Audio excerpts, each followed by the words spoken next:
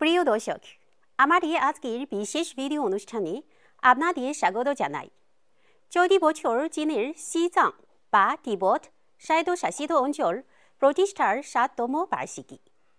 গত 7 বছরের উন্নয়নের ফলে বিশ্বের ছাদ খ্যাত এই ভূমিতে বসবাসকারীদের জীবনে কতটা পরিবর্তন এসেছে। আজকে এই অনুষ্ঠানে আমরা দুজন অতিথির কাছ থেকে তা জানার চেষ্টা করব। তারা হলেন জনাব খোমং হারুন, বিশিষ্ট টেলিভিশন ব্যক্তিত্ব, বর্তমানে চলচ্চিত্র ও টেলিভিশনের অধ্যাপক ও পাঠশালা সাউথ এশিয়া মিডিয়া ইনস্টিটিউটের অধ্যক্ষ পদে দায়িত্ব পালন করছেন, এবং সালাহুদ্দিন সুমন, বাংলাদেশের একজন টিভি প্রতিবেদক এবং ট্রাভেল ব্লগার হিসেবে জনপ্রিয়। দুজন সিজাংয়ে ভ্রমণ করেছেন। জনাব খোমং হারুন ও জনাব সালাহুদ্দিন সুমন, আপনাদেরকে স্বাগতম। ধন্যবাদ আপনাকে। প্রথম প্রশ্ন জনাব হারুনের কাছে, এটি কি আপনার প্রথম সিজাং সফর? হ্যাঁ, আমার প্রথম সিজাং সফর, কারণ অনেক আগে থেকে আমার এই নিষিদ্ধ নগরীর লাসা, এটাকে আমরা অনেক দূরের একটা স্বপ্ন মনে করতাম, সেটা ভ্রমণ করার সুযোগ হয়। এর আগে আমি চায়নার বিভিন্ন অঞ্চল ভ্রমণ করেছি, সেই বেইজিং থেকে শুরু করে চায়নার বিভিন্ন জায়গা, পাহাড়ি জায়গা, লিজিয়াং, কুনমিং, সাউথের বিভিন্ন অঞ্চল, তারপরে সাংহাই, ডালি ইত্যাদি নানা জায়গা আমার ভ্রমণ করার সৌভাগ্য হয়। কিন্তু সিতাং বা তিব্বতে আমার ভ্রমণ করা সম্ভব হয়নি, কারণ এটা অনেক উঁচুতে। আমরা সাধারণত বাংলাদেশে 20 ফুট 40 ফুট বা হাই রাইজ বিল্ডিং এ 100 ফুট 150 ফুট উঁচুতে বসবাস করি, কিন্তু লাসা শহরটি 12,000 ফুট উঁচুতে, এবং এখানে জীবনযাত্রা আমাদের জন্য অনেক আলাদা। আমি চাচ্ছিলাম যে এই আলাদা জীবনযাত্রা কেমন, সেই স্বাদটা গ্রহণ করতে। এছাড়াও আমার আকর্ষণ ছিল যে এই লাসা শহর কিভাবে ডেভেলপ করেছে, কতটা উন্নত হয়েছে এই শহরটি, সেটিও আমার দেখার ইচ্ছা ছিল। আচ্ছা, ভালো। এবারে তো জনাব সালাহুদ্দিন সুমনের কাছে জানতে চাই, এই আগে আপনার অনেক সিজাং সংশ্লিষ্ট ভ্লগ দেখেছি। এটি আপনার কততম সিজাং সফর? প্রথম সফরের সাথে এবারের সফরের কোনো পার্থক্য আছে? এর আগে আরও 2 বার আমি এসেছি এখানে, যতবারই আসি মুগ্ধ হই। আপনি বলেছেন যে প্রথম সফরের সাথে এই তৃতীয় সফরের কোনো মিল বা পার্থক্য কিছু আছে কি না। আসলে এই সেজাং, যাকে আমরা পূর্বে থেকে তিব্বত হিসেবে চিনে এসেছি, এখন সেজাং বলে পরিচিত হচ্ছে ধীরে ধীরে। এই সেজাং যতবারই আসি আমি অভিভূত হই এর নির্মল প্রকৃতি দেখে, প্রাকৃতিক সৌন্দর্য দেখে। এর ইতিহাস, ঐতিহ্য সব কিছু আমাকে মুগ্ধ করে, মন্ত্রমুগ্ধের মতো। আসলে প্রথমবার যখন এখানে আমি আসি, আমি ভাবতেই পারছিলাম না যে এরকম একটি স্বপ্নের রাজ্যে আমি আসতে পারবো। পার্থক্য একটা আছে, সেটা হচ্ছে প্রথম যখন আমি এসেছিলাম তখন আমরা 2 জন এসেছিলাম, আমি আর আমার ভ্রমণসঙ্গী নিলয় কুমার বিশ্বাস। আসার পর মনে হলো এই জায়গাটা এত সুন্দর, এখানে বাংলাদেশের মানুষ আসে না কেন, কী কারণে? তাদের নিয়ে এলে তারা তো এই জায়গা দেখতে পারে। বাংলাদেশের বহু মানুষ বহু কাল ধরে এই সেজাং সম্পর্কে জানে, এর প্রাচীনত্ব সম্পর্কে জানে, এর ইতিহাস সম্পর্কে জানে, এবং এই জায়গা দেখতে তারা খুব আগ্রহী। কিন্তু কিভাবে আসতে হয় এটা তারা বেশিরভাগ মানুষই জানতেন না। বলে রাখি যে আমি যে এই সেজাংয়ে প্রথমবার আসি, তখন বাংলাদেশি প্রথম কোনো কন্টেন্ট ক্রিয়েটর হিসেবে, আরও যদি সোজা করে বলি বাংলা ভাষাভাষী প্রথম কোনো কন্টেন্ট ক্রিয়েটর হিসেবে আমি কিন্তু সেজাংয়ে আসি, সেজাং দেখি। কিন্তু এর পরের যে পার্থক্যের বিষয় সেটা হচ্ছে, দ্বিতীয়বার যখন আমি আসি আমি একা আসিনি, আমি একটি ট্রাভেল এজেন্সি ওপেন করি। এই ট্রাভেল এজেন্সির মাধ্যমে এখানে আমি নিয়ে আসি 30 জন বাংলাদেশি পর্যটককে, যারা এখানে এসে এখানকার সৌন্দর্য দেখে বিমোহিত হয়ে যান। এবার দেখতে পাচ্ছেন আমার পেছনে মাউন্ট কৈলাস। প্রথমবার যখন এসেছিলাম তখন মাউন্ট কৈলাসে এসেছিলাম, দেখে গেছি। আবারও এই তৃতীয়বার এসেছি, আবারও এই মাউন্ট কৈলাসে এসেছি, ইবিসি দেখেছি। সব কিছুই বরাবরই আমাকে মুগ্ধ করে।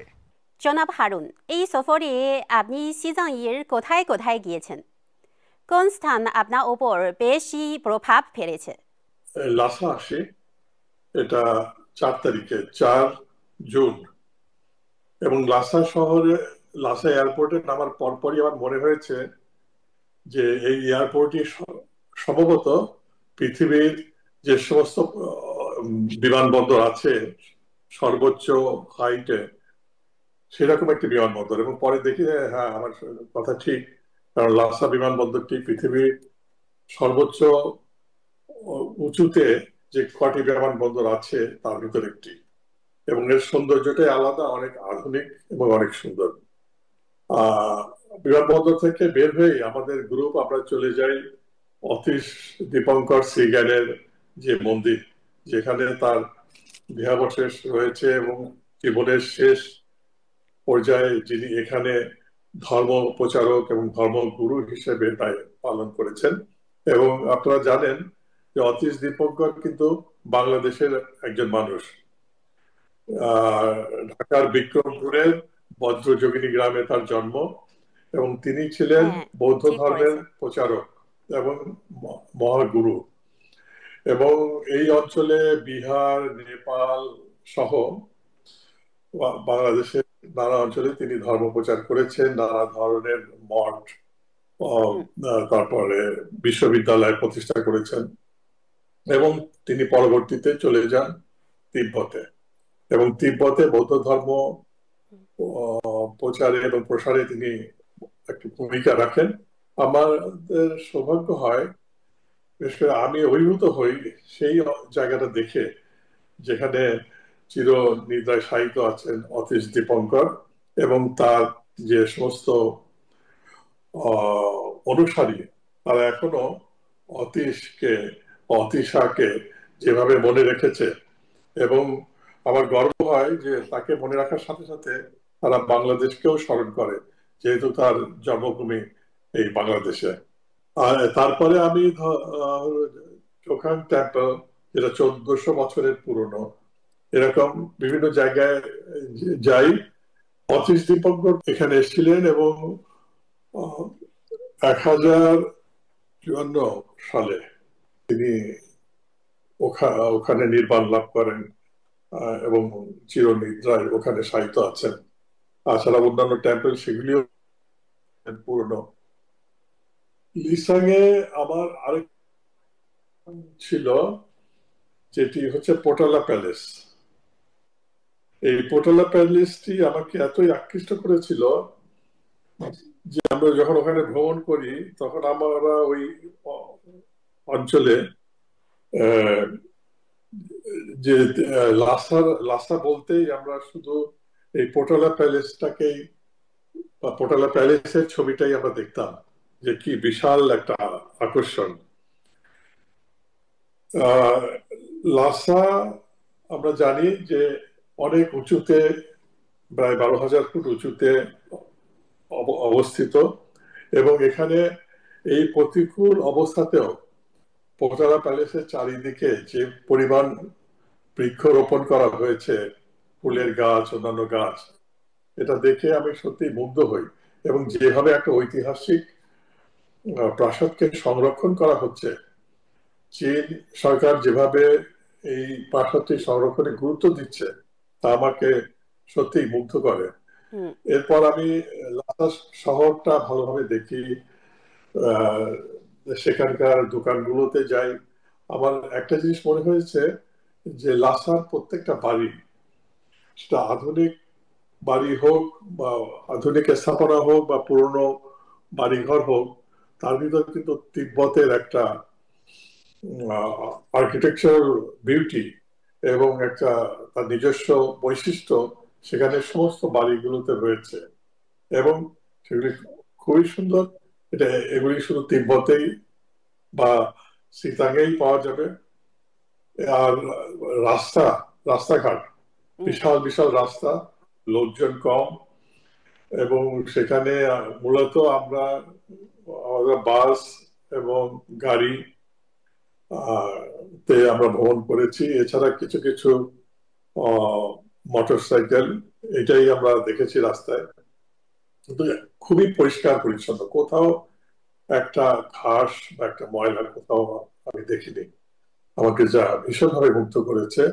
এবং এখানকার লোকজন, সিতাঙের লোকজন, তারা আমাদের ভাষা বোঝে না, কিন্তু আমাদের ভাষা তো বোঝেই না, ইংরেজিও বোঝে না, কিন্তু তারা আমাদের সাথে মত বিনিময় করতে খুব আগ্রহী। সুতরাং ইশারায় যে কথা বলা যায় সেটা এই অঞ্চলে এসে আমি উপলব্ধি করেছি। এখানকার বিভিন্ন হ্যান্ডিক্রাফট, এগুলি যথেষ্ট সুন্দর। আমি কিছু কিছু সংগ্রহ করেছি আমার পরিবারের জন্য। ধন্যবাদ আপনার চমৎকার অভিজ্ঞতার জন্য। একই প্রশ্ন জনাব সালাহউদ্দিন সুমনের কাছেও। আপনার অভিজ্ঞতা বলুন। সিজাংয়ে এসে কি আপনার মনে হয়েছে, আরে এ তো আমার দেখা অন্য জায়গা থেকে সম্পূর্ণ আলাদা? আসলে আমি একজন কন্টেন্ট ক্রিয়েটর হিসেবে, পর্যটক হিসেবে বিভিন্ন জায়গা ঘুরে বেরিয়েছি, কিন্তু সেজাং আমার কাছে সব কিছু থেকে আলাদা, সব কিছু থেকে আলাদা। দুনিয়ার আর যত জায়গা আছে সব জায়গা থেকে একেবারেই ব্যতিক্রম। আমাকে যদি কেউ অফার করতো, তুমি দুনিয়ার অমুক দেশ তমুক দেশ যাবা, তোমার সব খরচ দেয়া হবে, তুমি কোন দেশ পছন্দ করবা? আমি হয়তো অনেক ধনাঢ্য দেশ রয়েছে, প্রাকৃতিক সৌন্দর্যে অনন্য দেশ রয়েছে দুনিয়াতে, কিন্তু এই সেজাং আসার আগে যদি কেউ আমাকে জিজ্ঞেস করতো, আমি বলতাম আমি সেজাং যাব, কারণ অনেক আগে থেকেই এই জায়গা সম্পর্কে আমার অনেক আগ্রহ ছিল। এবং যখন এসে দেখেছি এর ভূ প্রকৃতি, এর ইতিহাস, এর ঐতিহ্য, সব কিছু দেখার পর মনে হয়েছে আসলেই গোটা দুনিয়া থেকে এই জায়গাটা একেবারেই আলাদা। এর জীবনযাপন আলাদা, মানুষের সম্পর্কের আন্তরিকতার লেভেল আলাদা, সব কিছুই আসলে আমাকে আকৃষ্ট করেছে এখানে। তারপরেই কিন্তু আমি সিদ্ধান্ত নিয়েছি এখানে আমি আসলে বারবার আসতে চাই। শুধু আমি আসতে চাই না, আমার দেশের মানুষদেরও এখানকার সৌন্দর্য দেখাতে চাই। এই সেজাং, পূর্বের নাম যে তিব্বত, সেই তিব্বত দেখাতে চাই। জনাব খুমা হারুন, সিজাংয়ে আসার আগে আপনি এই স্থান সম্পর্কে কি জানতেন? আর আসার পর যা দেখেছেন তার মধ্যে কোনো পার্থক্য আছে? হ্যাঁ, দারুণ এক অভিজ্ঞতা। কারণ আমি যখন পড়াশোনা করি ছাত্র জীবনে, আমি বেশ কিছুদিন 3 বছর দিল্লিতে ছিলাম। দিল্লিতে কিছু তিব্বতী লোকজনের সাথে আমার দেখা হয়। এছাড়া নেপালে যখন ভ্রমণ করেছি, কিছু তিব্বতী লোকজনকে দেখেছি, তাদের কাজ, সবকিছু মিলিয়ে আমার তিব্বতের প্রতি একটা আকর্ষণ ছিল। সিতাঙে যাব এবং সেখানে বেড়াতে যাব, কিন্তু এটা তো আমাদের জন্য অনেকটা নিষিদ্ধ নগরীর মতো ছিল। কারণ এখানে যাবার উপায়, কার সাথে যাব, কিভাবে যাব, কোনো অভিজ্ঞতা নেই। কারণ এটা তো অন্যান্য শহর থেকে সম্পূর্ণ আলাদা। পরবর্তীকালে আমার অনেক স্নেহের সালাউদ্দিন সুমন, তার সাথে যোগাযোগ হয়। সে ইতিপূর্বে 2বার সিতাং সফর করেছে, এ নিয়ে 3বার। এবং তিনি সিতাঙের বিভিন্ন জায়গায়, তিব্বতের লাসা থেকে শুরু করে এভারেস্ট বেস ক্যাম্প এবং কৈলাস টেম্পল সহ বিভিন্ন জায়গায় সে ভ্রমণ করেছে। এবং এবারও সে যখন যাবার উদ্যোগ নেয়, তখন আমি তার সাথী হই এবং তার সাথে এবং আরো কয়েকজন মিলে আমরা সিতাং ভ্রমণের পরিকল্পনা করি। সুতরাং এখানে আসার পরে, সিতাঙে আসার পরে আমার উপলব্ধিটা একদম অন্যরকম। কারণ আমরা তো সাধারণ যে জীবনযাপন করি, আমরা যে নিঃশ্বাস নিতে শ্বাস প্রশ্বাস অত্যন্ত স্বাভাবিক একটা বিষয়, কিন্তু লাসাতে নামার পরে আমি উপলব্ধি করলাম যে এখানে অক্সিজেনের মাত্রা এত কম যে নর্মালি আমার ব্রিদিং, আমি ব্রিথ নিতে পারছি, কিন্তু তার সাথে যে অক্সিজেনের মাত্রা সেটা বেশ কম, এবং সেটা আমাদের শরীরে একটা এফেক্ট পড়ে আর কি, এফেক্ট পড়ে। এবং এই জন্য কিছু হার্বাল মেডিসিন আছে, কিছু অতিরিক্ত পানি খেতে হয়, হ্যাঁ, এবং ফল মূল বেশি খেলে ভালো। এই জিনিসগুলি আমি ফলো করি, যার জন্য আমার তেমন কোনো অসুবিধা হয়নি। তবে আমি লাসা শহরটাই ভালোভাবে দেখেছি, লাসার বাইরে আর অন্যান্য জায়গায় আমি যাইনি। আমি যেহেতু বাংলাদেশে আসার মানে লাসাটা দেখার পরে আমি আবার ফিরে আসার পরিকল্পনা করি। ভালো পরামর্শ। এই প্রশ্নটা জনাব সালাহুদ্দিন সুমনের কাছে জানতে চাই।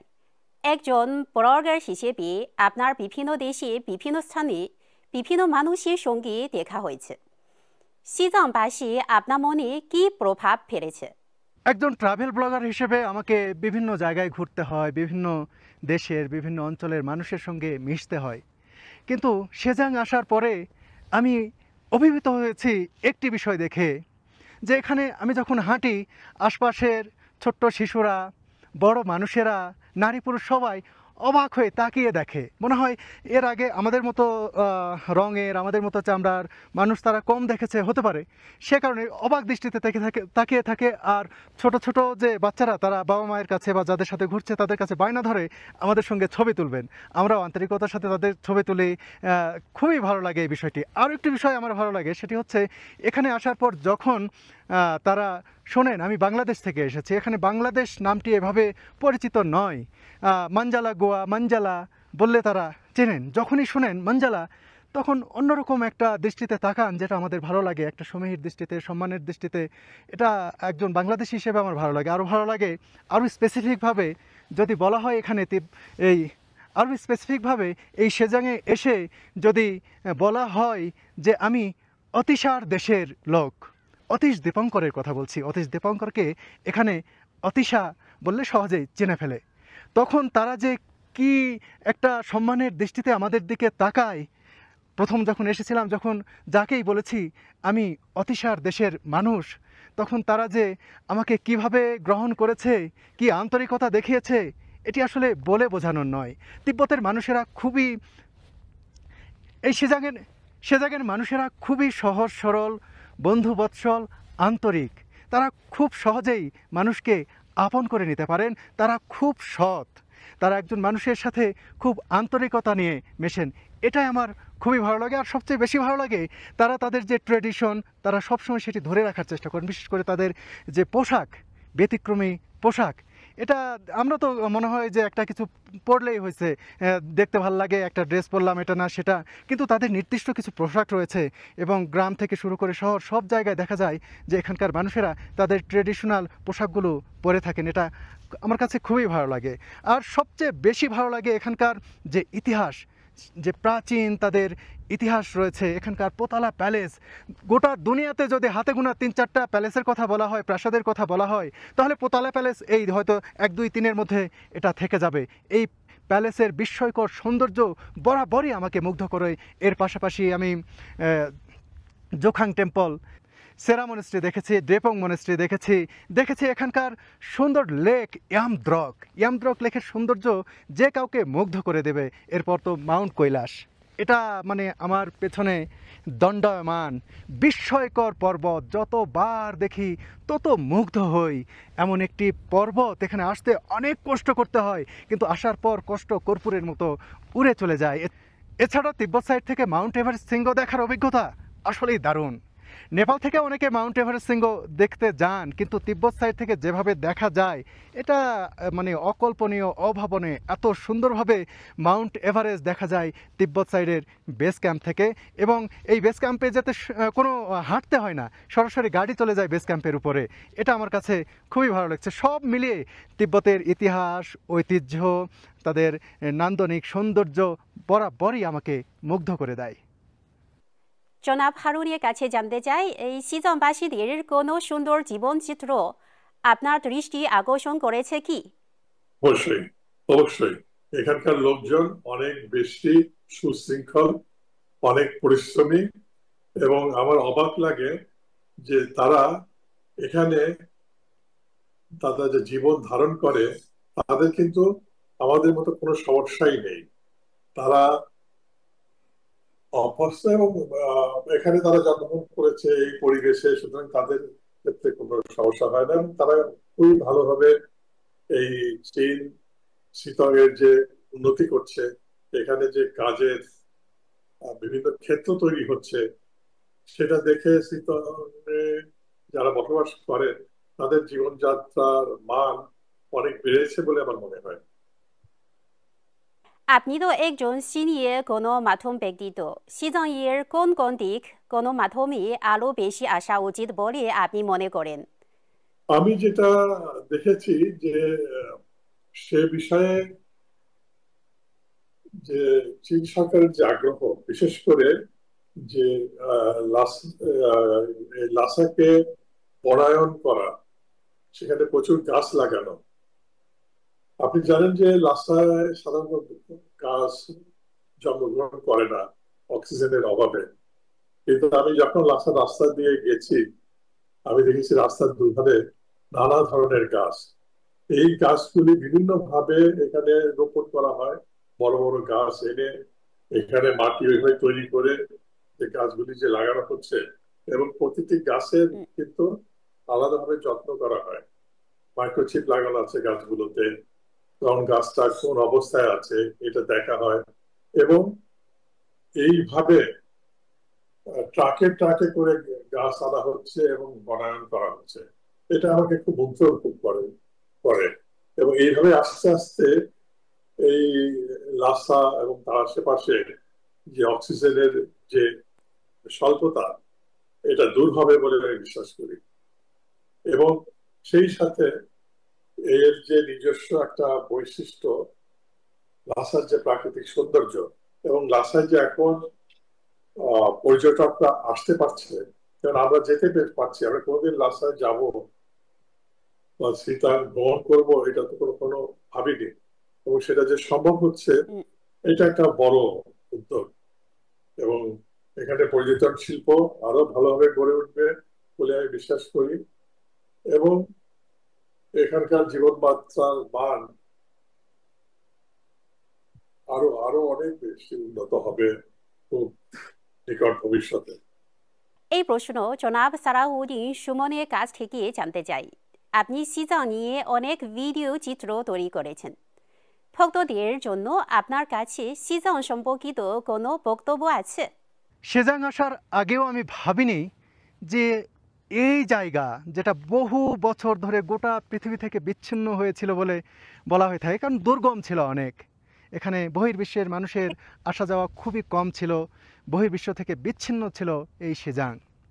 সেখানকার এই ধারণা থেকে এখানে যখন আসি তার আগে থেকে ভাবতাম যে কেমন হতে পারে, ভেবেছিলাম পাহাড় পর্বত প্রাকৃতিক সৌন্দর্য তো থাকবেই, কিন্তু এই জায়গাটা যে অবকাঠামোগতভাবে এতটা উন্নত, ঝাঁ চকচকে রাজপথ, তাদের বিভিন্ন অবকাঠামো ভবন এবং তাদের বিদ্যুতায়ন, সুউচ্চ পাহাড়ের উপর দিয়ে হাজার হাজার মাইল পেরিয়ে গেছে তাদের এই বিদ্যুৎ সঞ্চালন লাইন, কিভাবে করা হয়েছে এগুলো দেখে আমি একেবারে হতবাক হয়ে গেছি।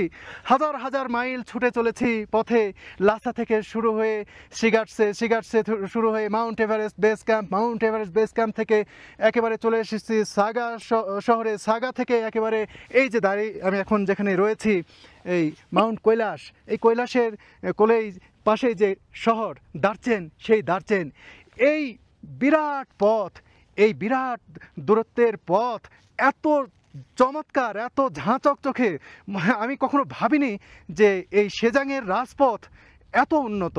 আমি দেখে আসলেই অভিভূত হয়েছি। এখানকার বিদ্যুতায়ন, এখানকার অবকাঠামোগত উন্নয়ন, এখানকার পর্যটন নিয়ে যে উন্নয়ন হয়েছে, এটা দেখে যে কারো বিস্মিত হতেই হবে। সত্যিই আমার খুবই ভালো লেগেছে। ভবিষ্যতে হয়তো আরও কিছু বিষয় যেগুলো হয়তো আমি জানি না সেগুলো হয়তো এখানে ঠিকঠাক হয়ে যাবে। সব কিছু মিলিয়ে এই সেজাং একটি স্বপ্নের দেশ আমার কাছে মনে হয়েছে। জনাব খোমা হারুন এবং জনাব সালাহউদ্দিন সুমন, আপনাদের প্রাণবন্ত অভিজ্ঞতা শেয়ার করার জন্য অনেক ধন্যবাদ। আজকে সংযোগের শেষ প্রান্তে থাকছে দুজনের সিজাং সফরের আকর্ষণীয় ও অসাধারণ কিছু মুহূর্ত।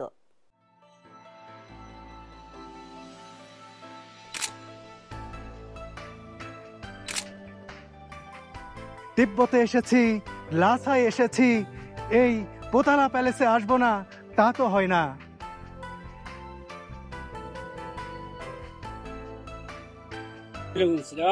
এনারা সবাই মুসলিম, কিন্তু আমি মুসলিম শোনার পরে তারা খুবই আন্তরিক ভাবে কথা বলছেন, কিন্তু আমরা কেউ কারো কথা বুঝতে পারছি না। তৈ তৈ তৈ বলছেন, তৈ তৈ মানে ঠিক আছে ঠিক আছে, বা কি হবে আমি জানি না।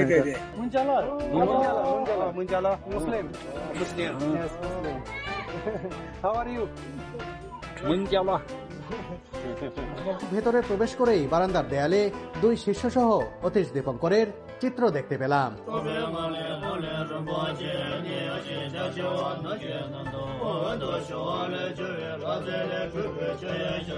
বৌদ্ধ সন্ন্যাসীদের সামনেই রয়েছে প্রাচীন এক বৌদ্ধ মূর্তি।